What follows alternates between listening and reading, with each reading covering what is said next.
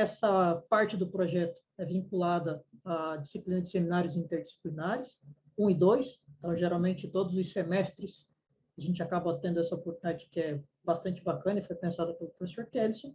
E hoje, ele será o mediador desse evento, intitulado Química dos Cosméticos e o Enigma dos Testes.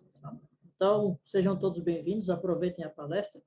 Eu permanecerei aqui, né, escondidinho, e caso precisem de alguma coisa, estou à disposição. Professor Kellyson, fica à vontade. Muito obrigado. Obrigado, Renan. Boa noite ao pessoal que está chegando aí. Já temos aí 30 participantes na sala, 29, 30, o pessoal está chegando. Sejam todos muito bem-vindos, bem-vindas. Mais um circuito de seminários interdisciplinares. Agradeço imensamente ao professor Renan pelo espaço que nos dá mais uma vez dentro do projeto WebKim. Começando hoje, nós teremos nas próximas 4 terças-feiras os demais seminários. Neste semestre, nós contamos com 5 seminários para a comunidade externa, né, os familiares, os amigos dos palestrantes, só para contextualizar. Química Licenciatura em Divinópolis, na UENG Divinópolis, nós temos a disciplina Seminários Interdisciplinares, e nós, desde 2020, nós estamos aí na perspectiva remota, então nós configuramos esse formato aí, formato de lives, e tem sido muito legal, tem sido muito gratificante, porque as temáticas elas surgem dos contextos dos estudantes. Eles que apresentam as temáticas, eles que investigam, enfim, fazem e acontecem. Então, nós estamos muito felizes aí pela presença virtual de todo mundo. Hoje nós teremos o primeiro seminário, intitulado A Química dos Cosméticos, o Enigma dos Testes. Seminário das alunas Lívia de Moraes, Sara Mariano, Naira Aparecida, Jéssica Oliveira. E teremos uma convidada especial, egressa da UENG, a Estela Oliveira, graduada em licenciatura em Química e pós-graduada em Cosmetologia pela Unileia. Meninas, podemos começar? Podemos. A primeira a iniciar o seminário será a Lívia. Sara? Isso, a Sara. Sara. É com você, Sara. Obrigada, Kellyson. Boa noite a todos. Se meu áudio estiver ruim, qualquer coisa vocês me falam. Vamos começar, então, com o nosso seminário, que tem como tema Química dos Cosméticos e o Enigma dos Testes. O grupo, né, é composto pela Lívia, Naira, Jéssica e eu. Bom, para tratarmos desse e de qualquer assunto, é devidamente importante começarmos a falar como tudo teve início e mencionar algumas ilusões históricas que levaram a esse fato. Eu começo falando, então, do surgimento da indústria de cosméticos e aspectos históricos. Então, a história dos cosméticos, né, começou com homens pré-históricos, isso há 30 mil anos atrás. Eles pintavam o corpo, se tatuavam e usavam terra, seiva de folhas esmagadas e orvalho. Um outro fator histórico encontrado também em escavações arqueológicas foi uma placa de argila que nela tinha instruções que dava a devida importância à higiene. Então, há milhares de anos, os egípcios, né, eles utilizavam óleo de castor como protetor corporal e também utilizavam para tomar banho, usando umas misturas de argila perfumada como uma espécie, né, de sabão. Então, para as pinturas também em seu rosto, eles eram, que é marcado até hoje, né? Eles utilizavam um componente chamado manganês, o verde de malaquita e um minério de cobre. E também o sulfato de mercúrio.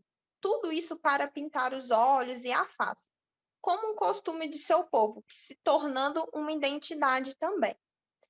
Agora eu vou passar para algumas curiosidades dessa época. A princípio, a Idade Média. Ela surgiu com a decadência do Império Romano. Nesse período, o rigor religioso reprimiu o culto da higiene e tudo que exaltasse então a beleza. Teve a Idade das Trevas nessa época também, que aconteceu na Europa, e que com o uso, né, de cosméticos, ele desapareceu completamente. Foi após isso que surgiu os cruzados, desenvolvendo então, nesse período, alguns costumes do culto da beleza, pois eles trouxeram então do Oriente cosméticos e perfumes. Os muçulmanos, eles mantiveram alguns costumes de higiene nesse território também. Agora eu passo para outra idade muito importante também, que é a Idade Moderna.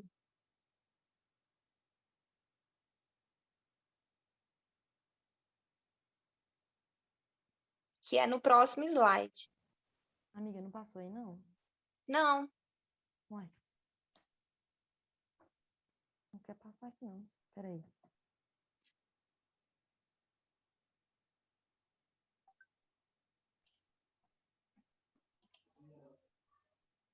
Peraí, gente, não quer passar.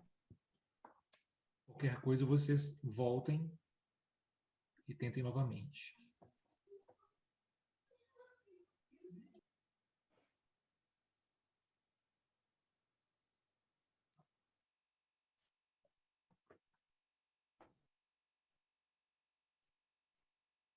Jéssica, uma alternativa é você clicar bem no meio da página, bem no meio da tela, para ver se ele vai voltar ao modo.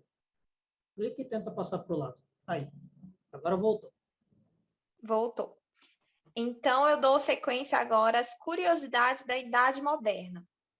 Então, nessa idade, com o desenvolvimento, né, da Europa, que foi o início dessa era, teve também o humanismo, teve bastante importância para colocar o homem como o centro do universo, trazendo então de volta a busca por essa beleza.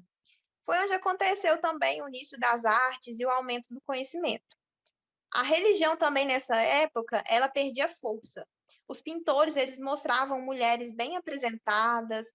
Um exemplo é a Mona Lisa, a pintura, né, de Leonardo da Vinci. Ela aparece sem sobrancelhas, face ampla, suave e delicada.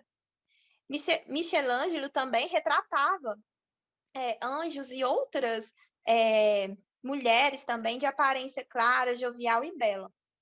Nessa época, as mulheres europeias passavam clareador de pele, que era uma mistura de produtos, e tinta branca também, que essa tinta era à base de chumbo.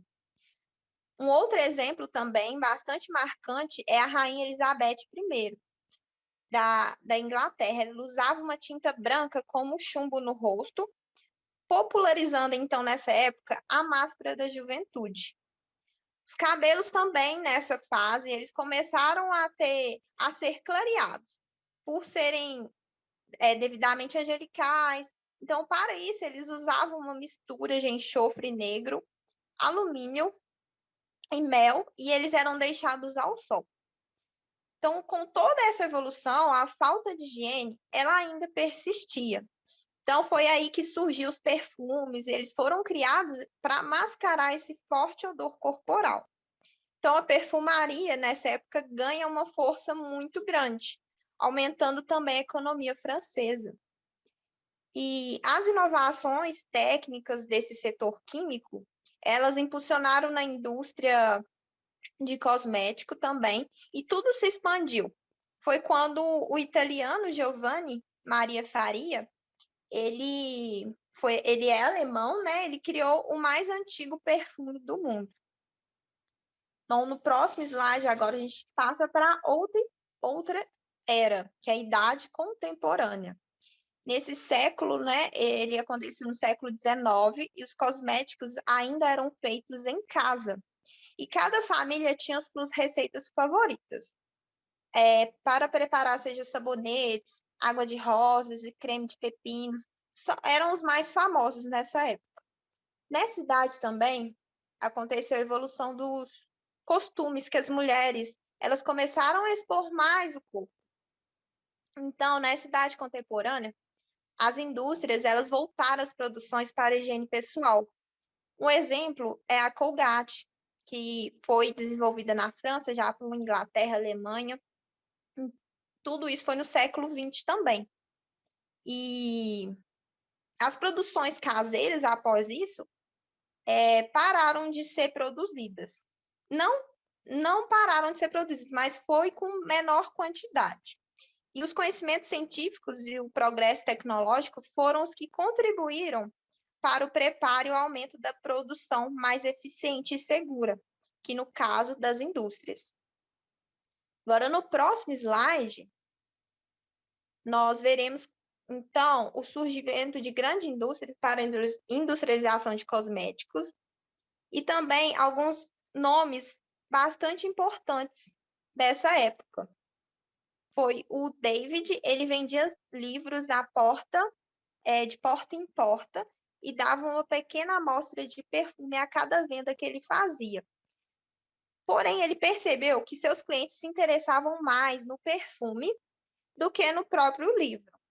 Ele, então, resolveu abrir uma perfumaria em Nova York, e mais tarde a empresa foi conhecida como Avon, que recentemente podemos identificar esse nome, né, como uma das maiores empresas de cosméticos. Temos também a Helena Rubinstein. Ela fabricava cremes que auxiliavam ao cuidado da pele, castigada pelo clima quente e seco da Austrália. A Elizabeth Arden também ajudou na produção de verniz de unha, no caso conhecemos como base, na atualidade, e Max Factor teve início a produção de maquiagens para teatro. O Dr. Aurel Voine, ele foi quem criou a palavra cosmetologia. E esse nome tão grande, né, de onde surgiu? Ele se dá ao conjunto de ciências, embelezamento e suas implicações dermatológicas, biológicas, químicas, farmacêuticas, médicas e médicos sociais.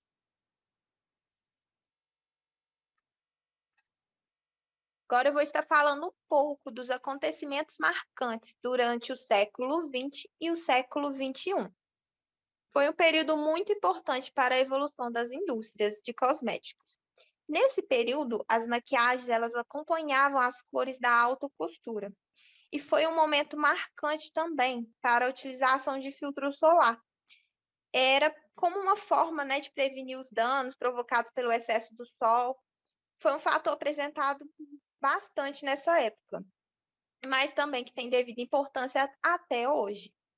Então, esse fator teve bastante importância nessa época, e para o avanço das produções de produtos à base de ingredientes naturais. Foi uma época também que os cremes com nanotecnologias passaram a existir. Suas características é as partículas bem pequenas, capazes de entrarem mais facilmente na camada da pele, garantindo, então, uma eficiência do produto.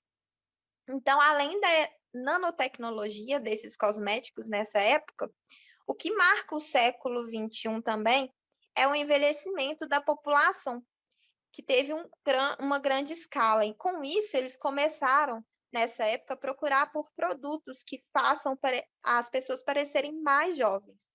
Então, foi um grande salto para a produção de cremes da antidade, cirurgia plástica, também como o Botox, que conhecemos também até hoje.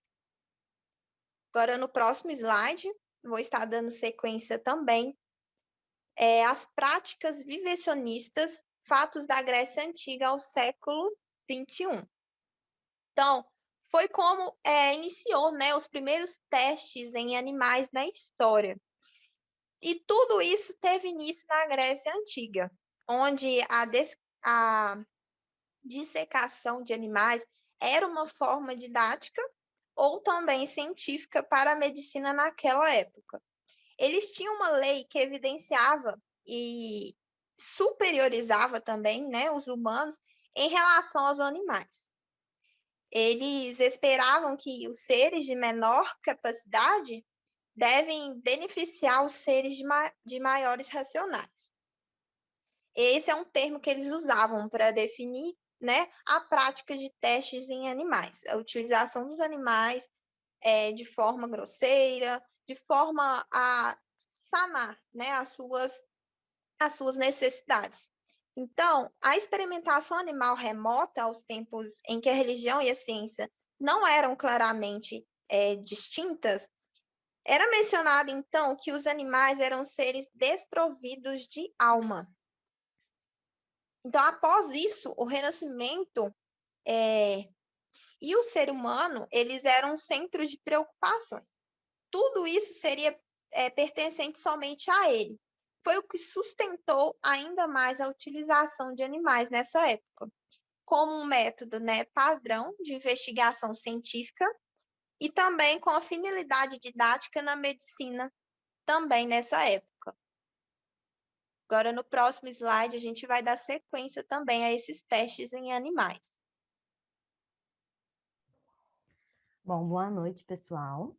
Meu nome é Jéssica.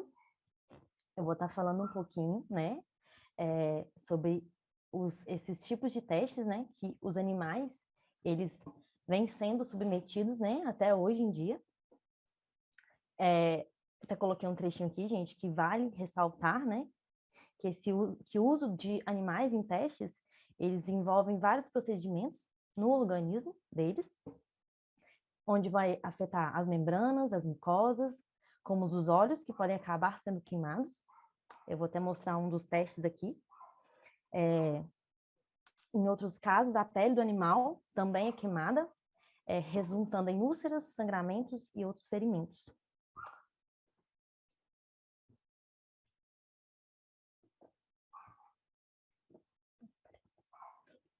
Então, vamos lá. O primeiro teste, né, que eu coloquei aqui é o teste de Draze. Esse teste, gente, é para medir o grau de irritação que um produto pode atingir, né? Esse tipo de teste, ele é testado em coelhos, na maioria das vezes, onde é aplicada no olhinho do coelho, como nas fotos mesmo, como nas imagens. E essa substância, ela chega a ser deixada, né, no olhinho do animal por vários dias, tá? Esse tipo de teste, ele pode causar várias irritações, inflamações, e pode levar também à perca da visão, né, à cegueira. Quando o animal, ele não morre, né, com o efeito da toxicidade do produto, ele geralmente ele é usado novamente para testes, né? Toxicidade aguda. Esse tipo de teste, ele é feito na maioria das vezes nos camundongos, tá? Esses camundongos, eles são colocados em tubos, onde eles são obrigados, né, a inalar essa substância. Esse tipo de teste, gente, é muito triste, né? Muito torturante, porque com o passar, né, do tempo que esse animalzinho fica nesse tubo, recebendo essa inalação desse produto, ele pode sofrer várias convulsões, ele pode ter várias crises epiléticas, paralisia, até a morte, né? Então, é bem triste. Irritação e corrosão da pele, também feita, geralmente, nos coelhos, na parte lombar. O que acontece? Eles raspam, né? Raspam a pelagem do coelho e eles vão averiguar se vai haver irritação ou não no coelhinho, né? Eles não podem aplicar nenhum tipo de analgésico, então o coelho, ele sente muita dor, ele agoniza muito, tá? E quando o coelho... Na maioria das vezes, esses animais, eles são sacrificados, tá? Esse daqui, gente, sensibilização térmica também é feita na pelagem do coelho. Esse aqui é para medir o grau de que um produto pode causar alergia, né? Ele pode haver várias escamações da pele, inflamação, e pode levar também à morte do animalzinho. Toxicocinético. Esse aí, gente, é para averiguar a velocidade com que uma substância tóxica ela vai se deslocar pelo corpo do animal. Então, o que eles fazem? Eles fazem eles fazem amostras, né? Tiram amostras de sangue periódicas do coelho. Essa aí leva o coelho a óbito, tá, gente? O animal ele não consegue sobreviver porque são doses letais que ele recebe.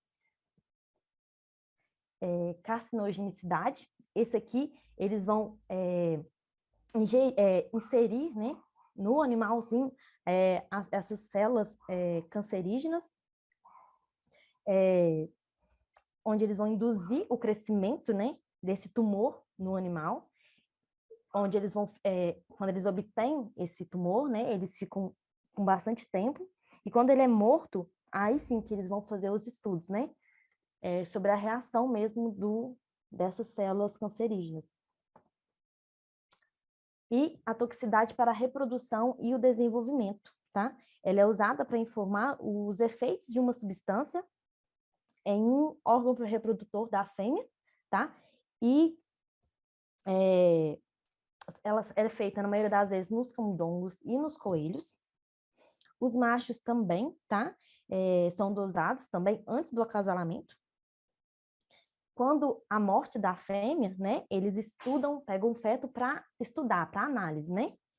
E quando não, eles continuam fazendo o mesmo teste, o mesmo procedimento no animal. E quando a cria nasce, né, quando ela nasce, se não houver nenhum problema com ela, que a maioria das vezes há, né, eles nascem com defeitos, doentes, eles também fazem essas testagens nas crias também. Peraí, gente, desculpa.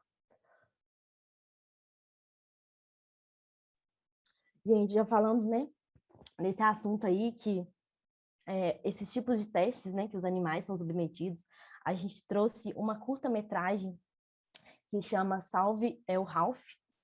Ele foi até um dos vídeos mais discutidos no YouTube quando foi, né, lançado. É uma curta-metragem bem pequenininha, eu vou colocar para vocês.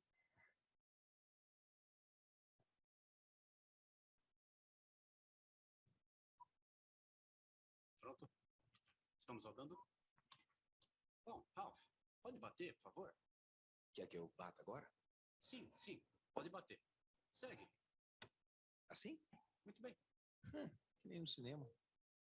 Bom, eu me chamo Ralph, eu sou um coelho, como podem ver, e eu tô cego no olho direito e essa orelha não consigo ouvir nada, a não ser zumbido.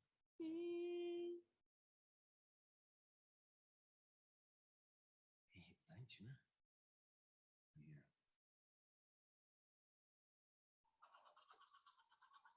Então, meu pelo já foi raspado, tenho queimaduras químicas nas costas. Eu não... Não, isso também não é nada demais. Só dói mesmo quando eu respiro, eu mexo, tipo isso. Essa não. Mas no final das contas, está tudo bem. Fazemos isso com os humanos, certo? Muito superiores a mais. Já até estiveram na Lua? Acho que não.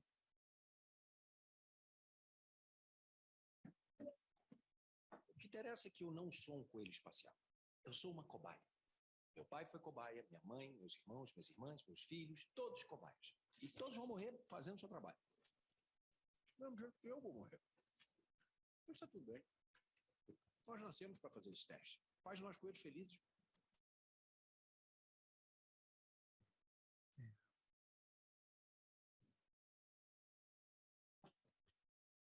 Bom, hora de trabalhar.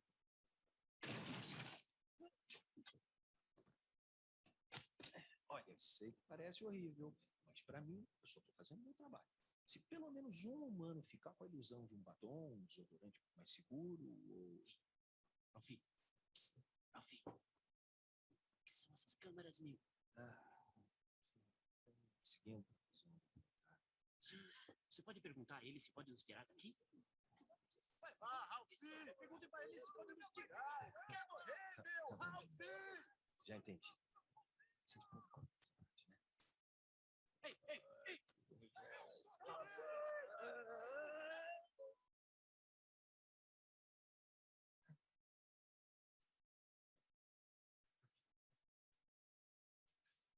Bom, para concluir, eu gostaria de dizer Desculpa, que... Ralph. Você se pode virar? Você está... desculpa. Tudo bem. Tá melhor assim? Sim, sim.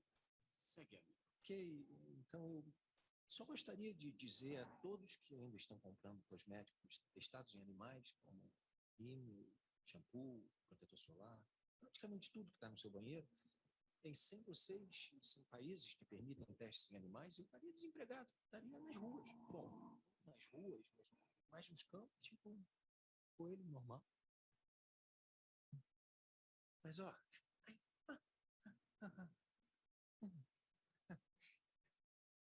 Tudo bem.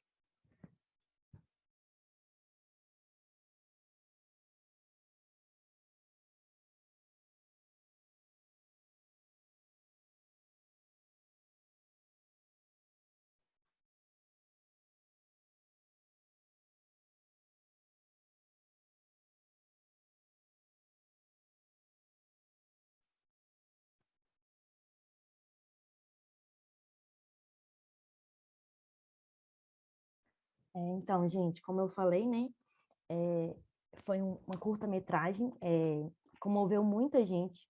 Ela, na verdade, ela foi uma propaganda do bem, né? Onde eles criaram um movimento, né, em cima desse vídeo, um movimento de estratégia, na verdade, né, para alcançar assinaturas para proibição, né, desses testes né, em animais, né, e que em muitos países ainda que se utilizam eles, né. Esse vídeo, ele obteve mais de 1 milhão de assinaturas, né? Então, a gente vê que é uma proporção muito grande.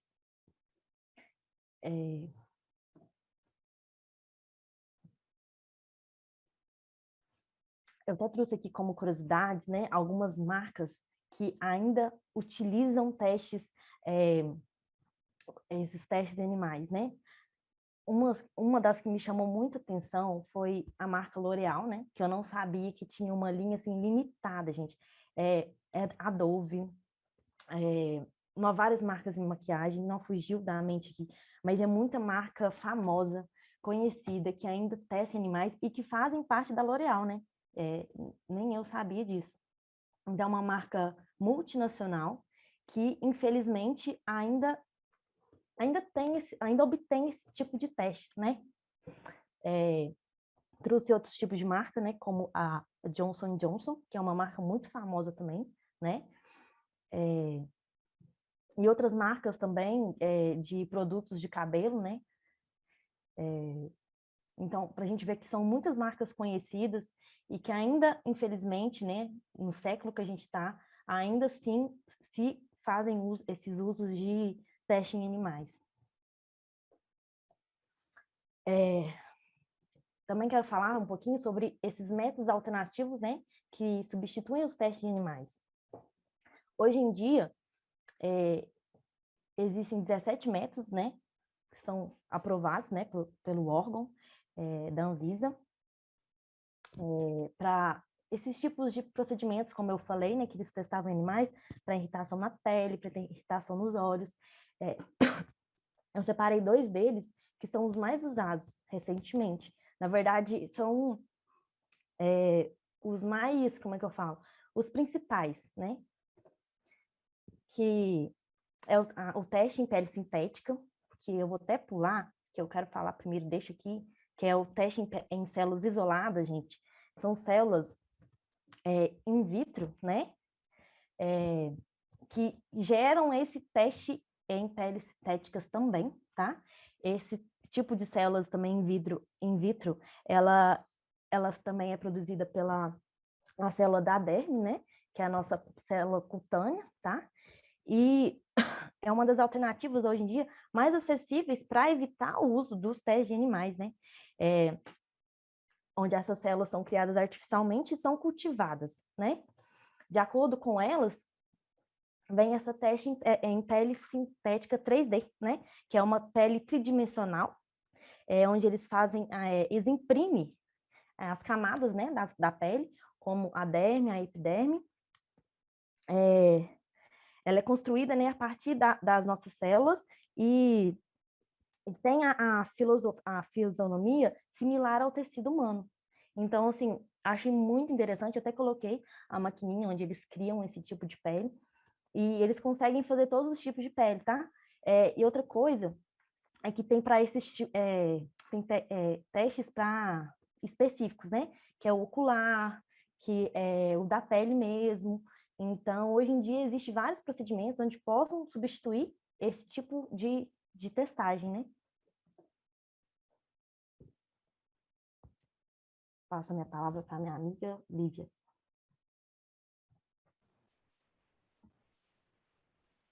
Bom, boa noite, pessoal.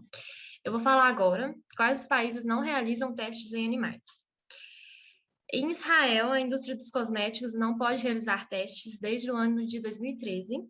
Na União Europeia, a utilização de animais foi suspensa desde 2009.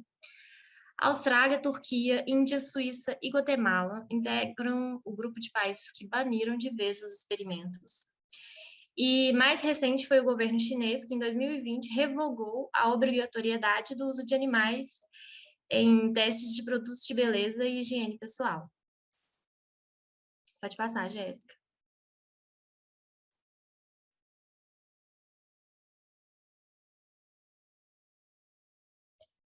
Só um momento. Como os estados do Brasil se posicionam aos testes em animais? Os testes ainda não são proibidos em todo o país, mas existem as propostas que desejam o seu fim. 7 estados brasileiros já baniram os testes, entre eles está Minas Gerais e o Rio de Janeiro. Em Minas Gerais, o uso de animais para testar cosméticos e produtos de higiene foi proibido com a promulgação da Lei nº 23.050/18. O texto proíbe o uso de animais para desenvolvimento, experimento e testes de perfumes, produtos cosméticos e de higiene pessoal e seus componentes. Pode passar, Jéssica.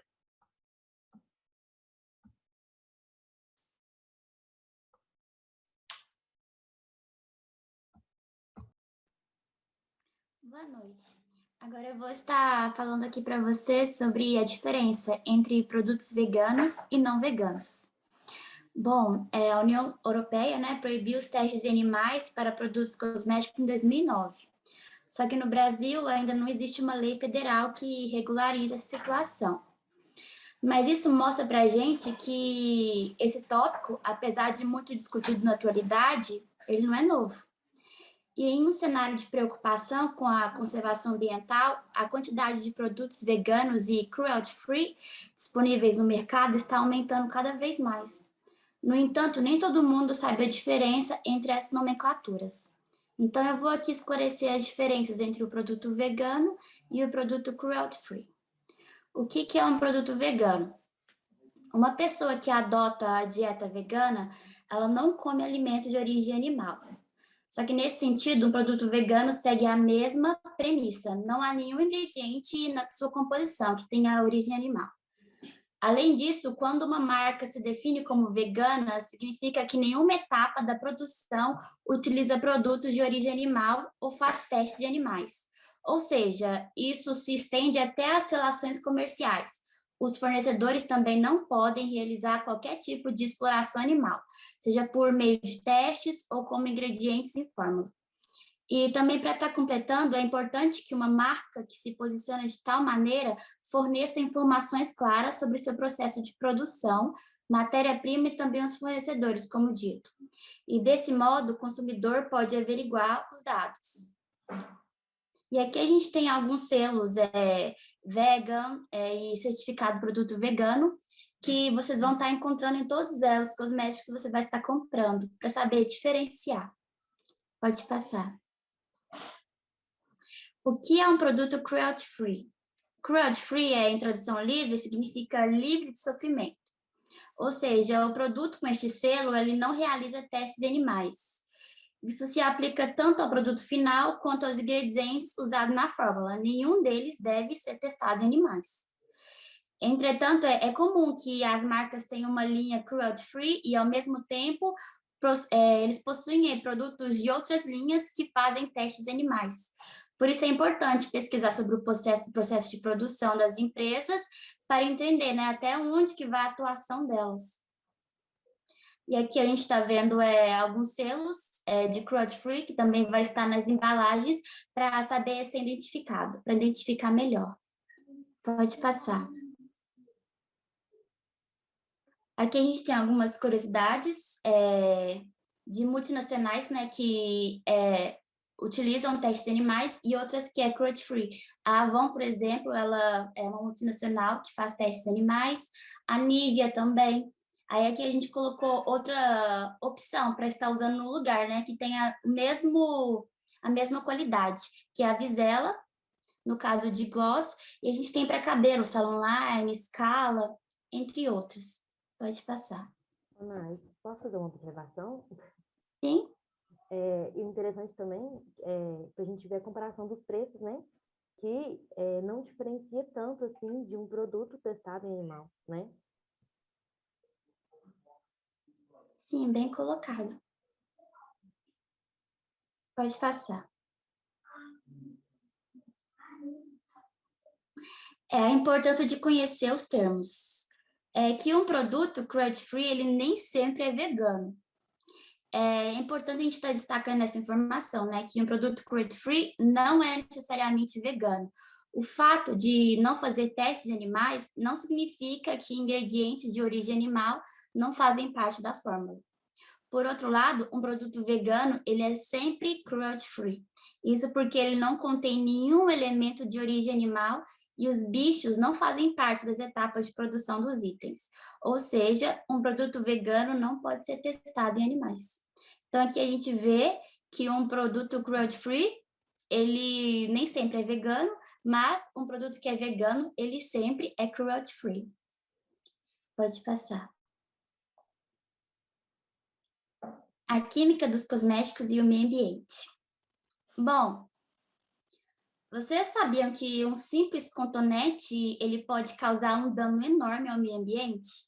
E essas microesferas do esfoliante facial que as meninas ou os meninos usam, já imaginou o estrago que elas podem fazer ao irem para o ralo?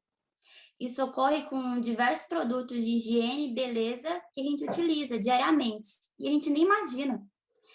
No Reino Unido, nos Estados Unidos, essa microesfera de plástico, né, que é polietileno, que, como eu falei, veio do esfoliante, foram proibidas na produção dos cremes esfoliantes e géis para banho, pois ao serem removidos, né, com a água, elas vão pelo ralo até chegarem nos oceanos.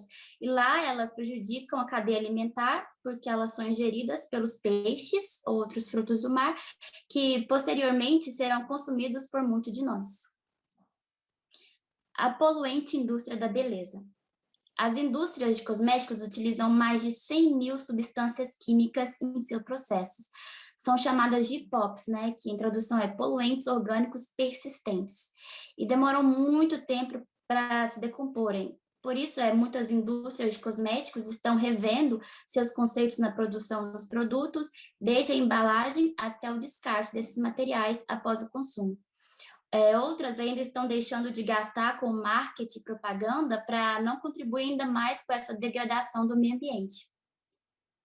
Então, com esse mesmo pensamento, o conceito orgânico e natural vem ganhando cada vez mais espaço na indústria de cosméticos, mas é preciso também a gente estar cada vez mais atento ao que realmente consta na composição dos produtos, pois existe uma porcentagem mínima para serem reconhecidos como tal. A única desvantagem nisso tudo é o preço dos produtos orgânicos e naturais, né?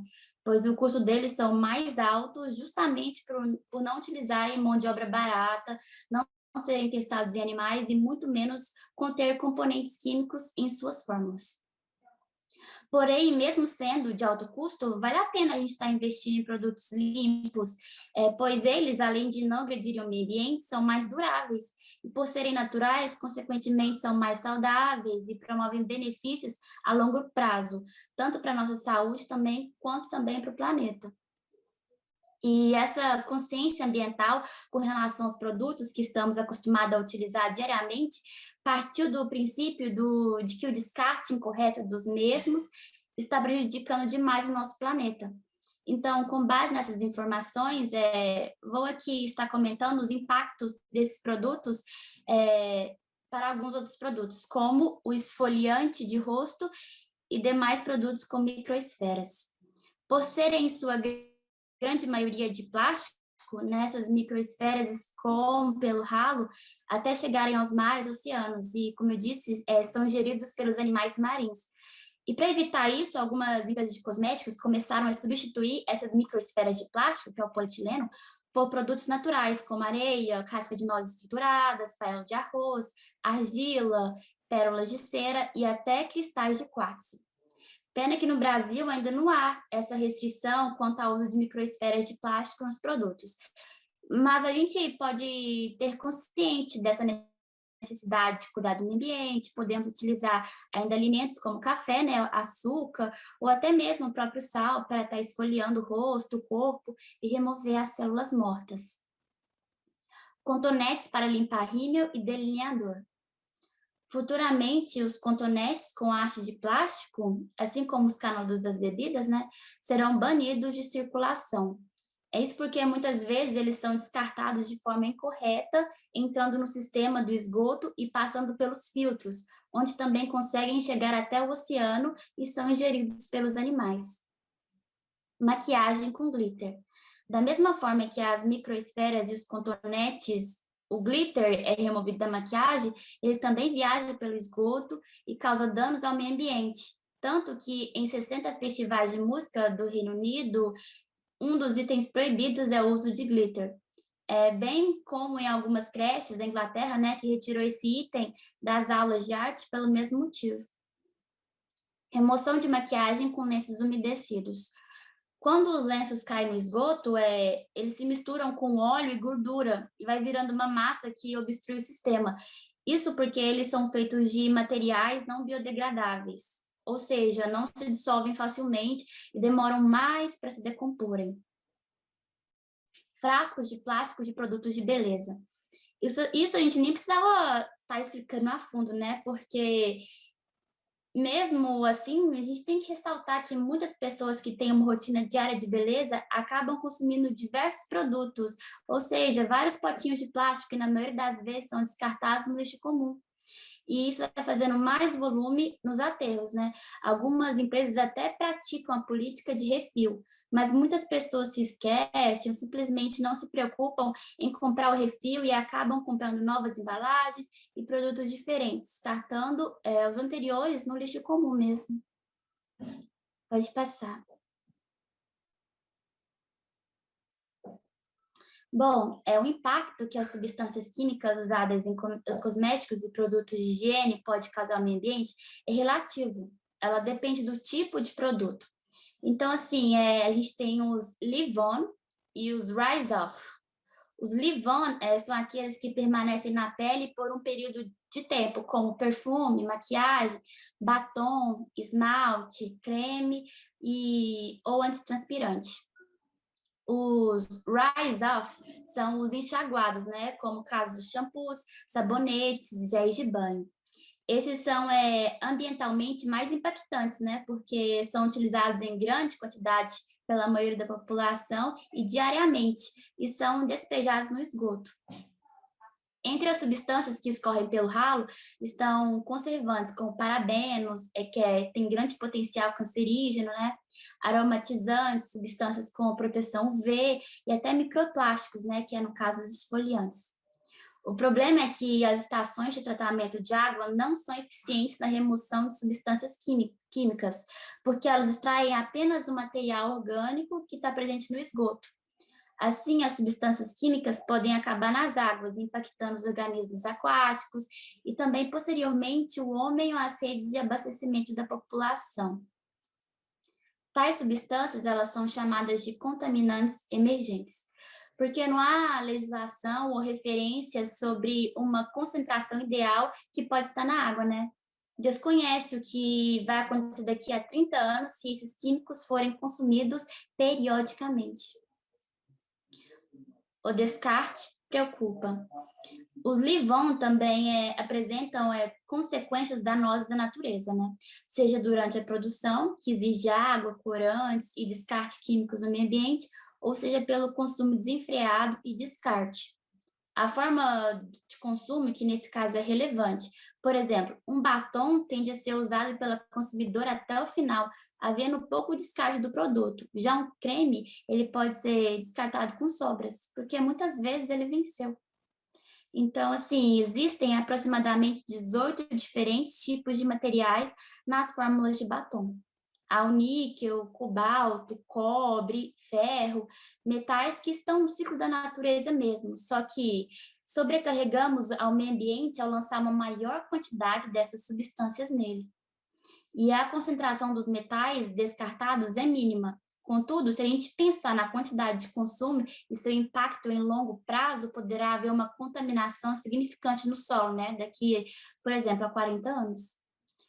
O descarte dos cosméticos é um produto de higiene preocupante, porque nem todo resíduo tem a destinação correta e pode chegar ao solo. A Associação Brasileira das Empresas de Limpeza Pública, a ABRELP, aponta que em 2018 apenas 59,5% das 79 milhões de toneladas de lixo gerados no Brasil receberam destinação adequadas nos aterros sanitários. E também tem os esmaltes, por exemplo, né, que eles possuem compostos extremamente tóxicos, como tolueno, xileno e formaldeídos, e além do cromo e níquel. E assim, um levantamento da consultoria Nielsen em 2010 apontou que são vendidos aproximadamente 600 milhões de vidros de esmaltes por ano, ou seja, produzimos e descartamos algumas piscinas olímpicas de resíduos tóxicos desse produto. Então, assim, mitigar o problema exige separar o resíduo do vidro, porque esse sim é o reciclável, né? Para o descarte do esmalte, o certo é diluir o produto em óleo de banana, despejar em algodão e encaminhar ao lixo doméstico. Lembrando que na pia, se a gente jogar, pode contaminar a água. E depois que ele seca, o produto pode entupir o canos e a galerias, né? Que no caso, quando chega aos oceanos. O Plano Nacional de Resíduos Sólidos define que todos os envolvidos no processo de produção e consumo de um produto são responsáveis pelo seu descarte. Então, dessa forma, o consumidor deve comprar esmaltes de empresas que possuem planos de logística reversa, ou seja, que disponibilizam pontos de coleta de embalagens usadas. A gente sabe que, infelizmente, são a minoria, né? E é triste isso. E, além disso, o que faz o consumidor levar o produto a um ponto de coleta é uma contrapartida financeira. Um brinde ou desconto na próxima compra, apenas justificativa, né, de preservação do meio ambiente, não sensibiliza. Então, assim, a gente percebe que o consumidor levar o produto, né, toda vez que tá, tipo, usou um esmalte, algo do tipo, toda vez está levando esse produto a um ponto de coleta ali, né, gasta dinheiro financeiro, incomoda, assim, e a pessoa não quer estar tendo tal responsabilidade para isso. Então, se ela está fazendo isso, a empresa poderia lhe gerar um brinde na próxima compra, ou descontos também, né, só para justificar ali, para ela estar tendo uma noção melhor da preservação do meio ambiente, porque só está colocando placas e propagandas ali, a gente sabe que isso não sensibiliza muitas pessoas. Mais sustentáveis. Outra opção menos prejudicial é buscar cosméticos com menor impacto ambiental, como os biodegradáveis, né? Porque esses possuem substâncias químicas que podem ser decompostas ou destruídas pela ação de micro-organismos e bactérias. Os cosméticos orgânicos devem possuir minimamente 95% dos ingredientes naturais com produção certificada orgânica. Por sua vez, produtos com ingredientes orgânicos devem ter de 70% a 95% desses materiais. Além disso, nem todo ingrediente natural é biodegradável. As matérias-primas inorgânicas encontradas em maquiagem em pó, por exemplo, não são.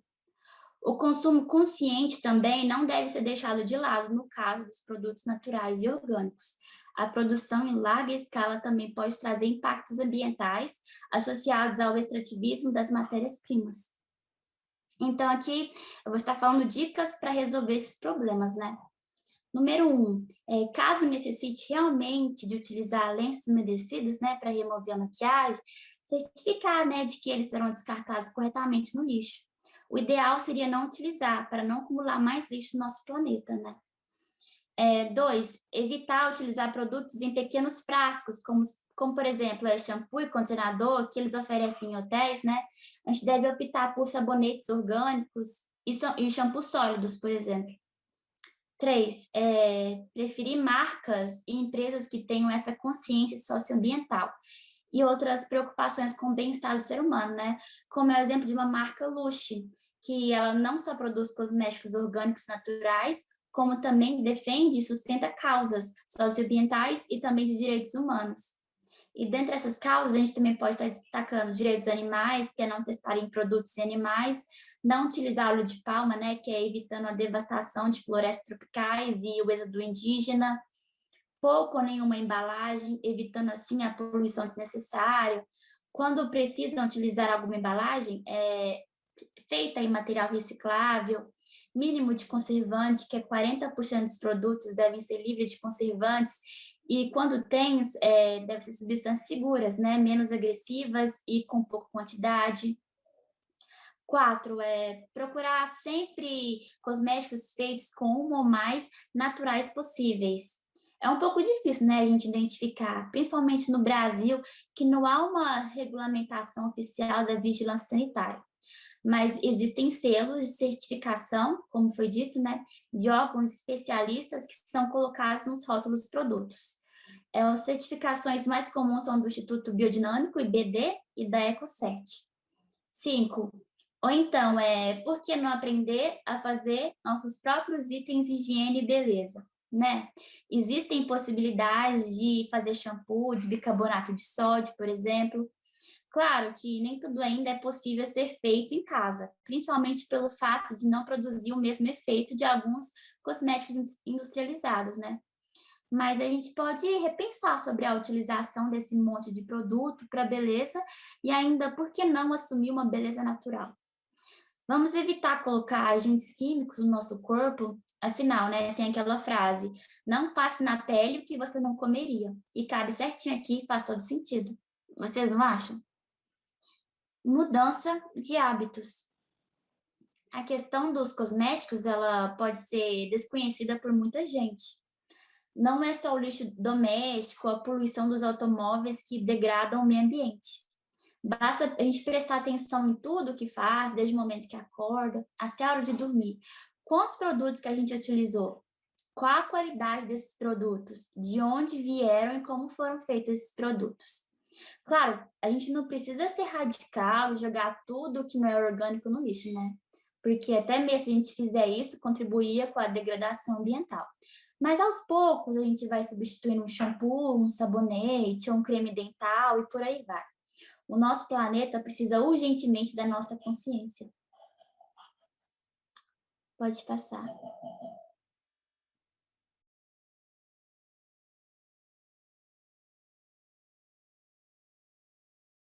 Antes de passar, gostaria de falar uma coisa que a gente percebe o tanto que é importante, né, a gente começar a repensar sobre nossos hábitos, né?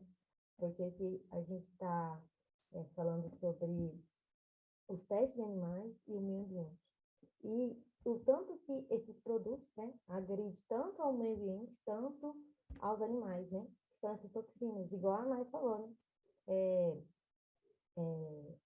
A gente não deve passar no nosso corpo o que a gente não ingere. E realmente são toxinas muito fortes que infelizmente são testados, né, em seres vivos e que prejudicam muito o nosso meio ambiente, né? Então, começar a pensar para uma mudança mais orgânica, hoje em dia, né, no mundo tão evoluído, né, digamos assim, é uma coisa muito importante, né?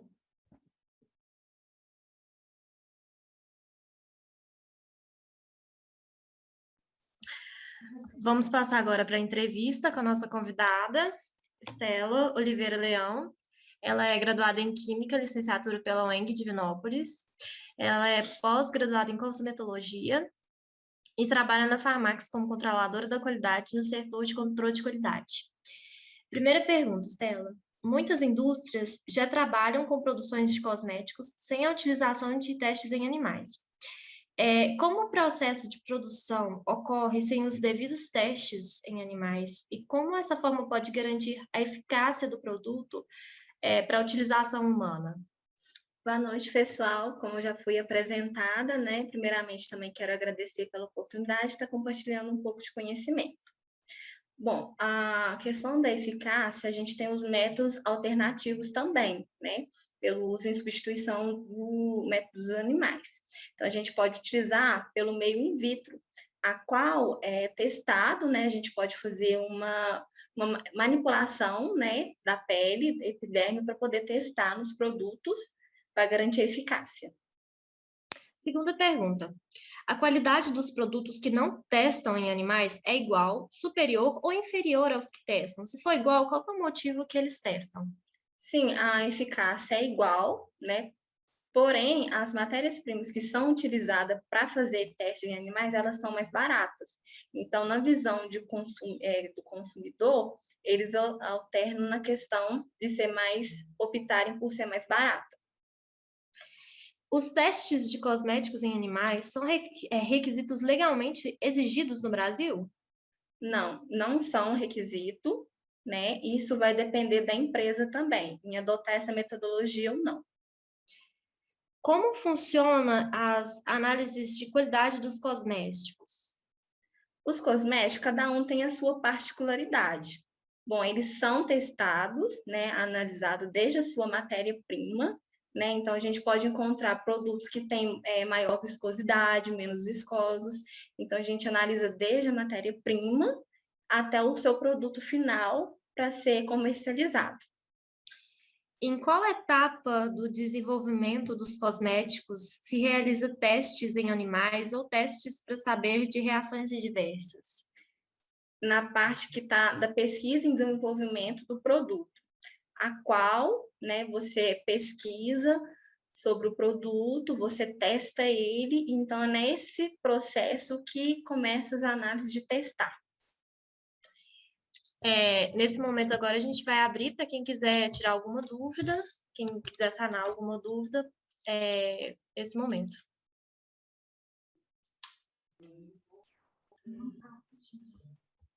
Ok. Vou parabenizar primeiro aqui a todas pelas apresentações, tá? Agradecer muito também a Estela Oliveira aí, fazendo uma participação mais que especial junto com as meninas. É muito bom ver uma egressa da UENG aí alçando outros voos, né? Isso é muito legal. Elogiar muito aí as várias vertentes que as meninas investigaram, né? Falamos aí muito de consciência ambiental, de cosmetologia, testagens.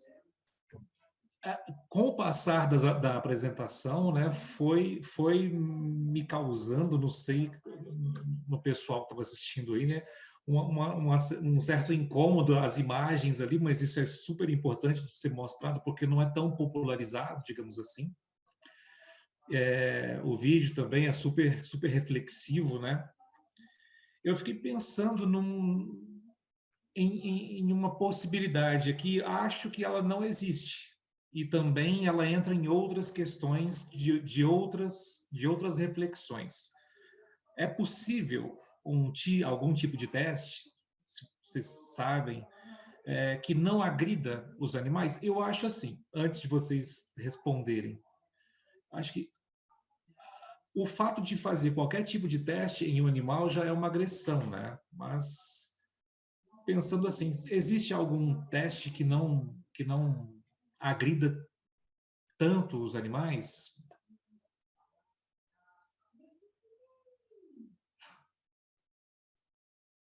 Olha, eu particularmente não achei nenhum. Jéssica, que está falando? Isso. Aí é mais numa questão mais ampla, né? Porque, como eu disse, fiquei pensando também, né? Os animais são, como o vídeo bem fala, né? Meus pais, meus avós foram todos cobaias e eu continuo sendo cobaia. Então, um animalzinho é gerado para ser uma cobaia. Então, mesmo assim, né? É um ciclo agressivo aí, sem fim, né? Fazendo esse paralelo com o vídeo.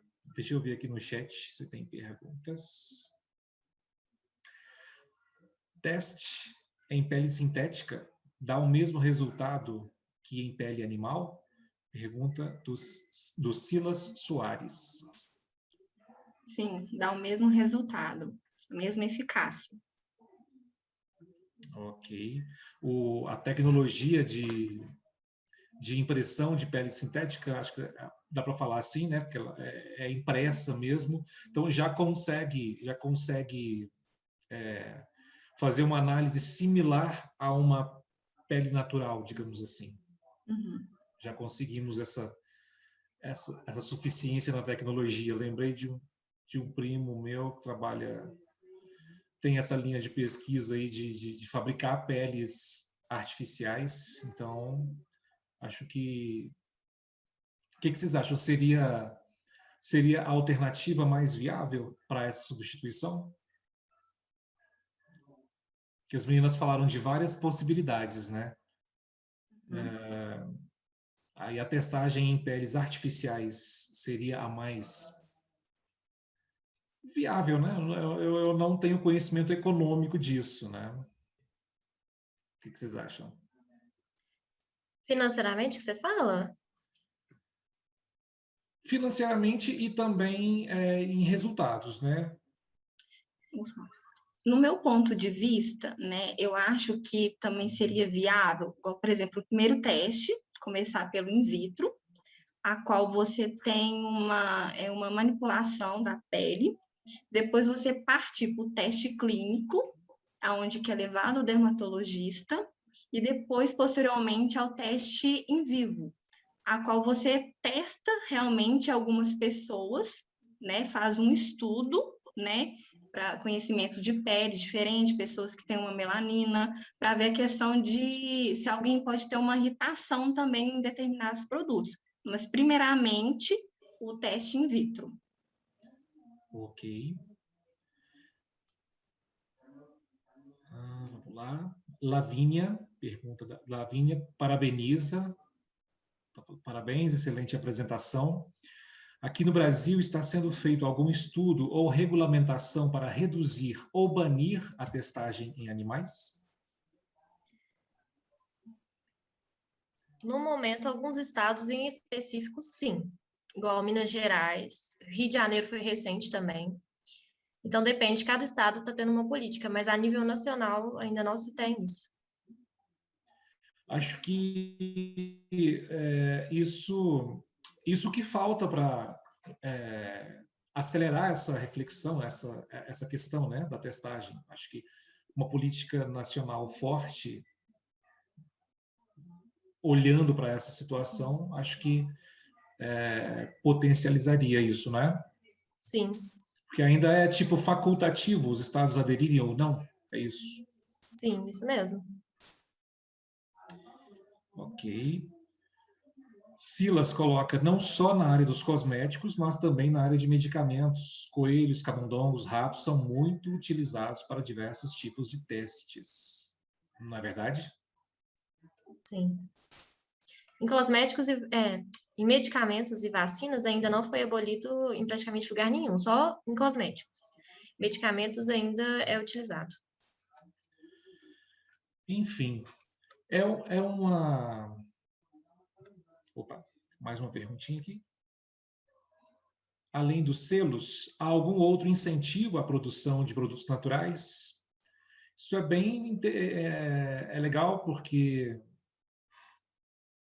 todo esse discurso, né, dos produtos veganos, da testagem em animais, não é tão popularizado, né? Acompanhando vocês aí na produção do seminário, a gente sempre aprende muita coisa, né? E particularmente não conhecia esses selos, então tem algum outro incentivo à produção de produtos animais, além dos selos? Até o momento, não. Ainda não tem. Tanto é que quando você vai ao mercado adquirir esses produtos, os veganos, eles são mais caros do que os produtos convencionais testados em animais. Ok. Uma observação que eu queria colocar também, eu não sei se é a título de curiosidade de todos, mas o produtos veganos está em alta hoje não só pela questão do uso do não utilização dos animais, né? Mas porque tem pessoas que realmente possuem alergias a tipos de corantes, a fragrância nos produtos sintéticos que são comercializados. Ok. Indo mais a fundo, acho que é até uma questão cultural, né?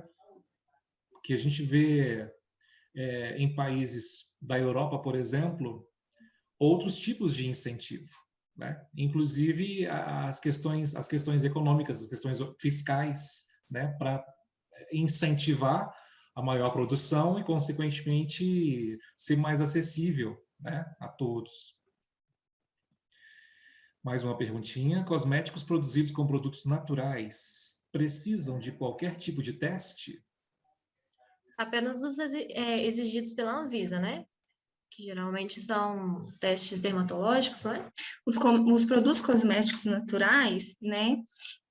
Quando é de nível 1, grau 1, que é aquele igual shampoo, condicionador, ele não precisa estar escrito na Anvisa. Apenas os de grau 2, né, igual enxaguantes bucais, né, antissépticos, eles precisam estar registrados na Anvisa. Ok. Vocês falaram aí, ao longo do seminário, né, em vários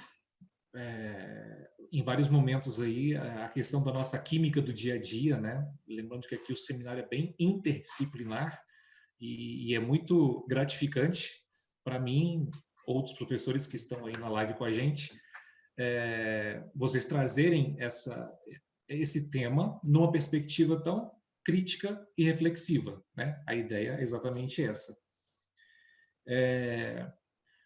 O que vocês acham? Nós, enquanto da área da química, né? Formador de professor, futuros professores e professoras de química, será que teria como que a gente poderia contribuir com todo esse discurso nas nossas aulas de química para os nossos estudantes no dia a dia? O que vocês acham disso? Tem aí um lugarzinho? Tem lugares, espaços que a gente está tradicionalmente acostumado com aquelas grades curriculares tão engessadas, né? E falar de cosmetologia, falar de cosméticos, medicamentos, enfim, é furar essa bolha aí. O que vocês acham disso? Então, eu acho que abordaria, né, na aula de biologia, né, que é onde que você fala um pouco dos seres vivos, fala a importância também dos cuidados também. E a cosmetologia, ela é importante porque hoje as pessoas não querem só a parte de saúde, mas também preocupa com a estética.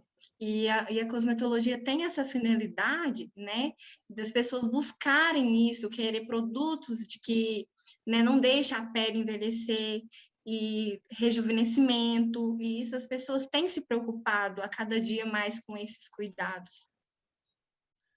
Exatamente, eu E pensei... não só cosmético, mas questão na área da saúde, igual o protetor. Muita gente visa o protetor solar só na praia, só na piscina, para se proteger do raio do sol. Só que também o protetor tem a finalidade de usar em qualquer momento, no inverno, a luz também, para que você não tenha um câncer, né? Então, ele não promove só a parte estética, mas também promove evitando doenças também, a parte da saúde. E exatamente, né? E fazendo o link novamente, né, com a sala de aula, muitas vezes a aula de biologia, de química, de cosméticos é um tema extremamente transdisciplinar, né?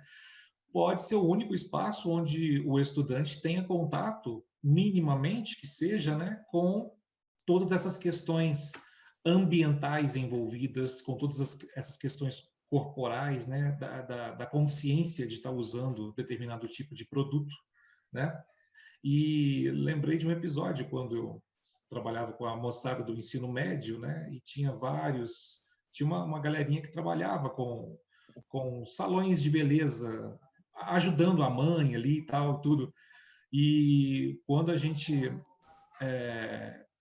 quando eu procurava sempre levar coisas relacionadas ao contexto deles, né? Então a gente falava lá dos metais presentes nos como é que chama?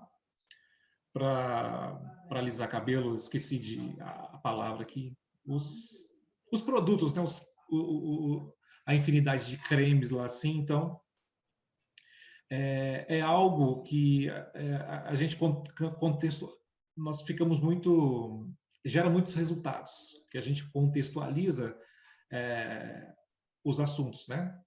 É o que eu sempre trabalho aí com o pessoal, a gente contextualizar o máximo possível. Então, e cosméticos é algo que, assim, está cada vez mais precoce, não sei se a Estela vai concordar comigo, né? Está cada vez mais precoce, lá na infância já começa toda essa questão, né, de ter que usar algum tipo de produto. A mídia tem um papel muito forte aí também, né? As mídias em si. Então, eu acho que nós aí, como professores das ciências da natureza, a gente tem um papel bem importante a exercer nessa questão. Sim.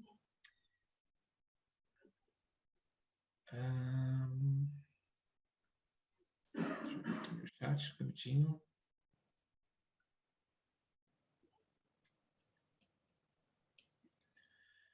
É isso.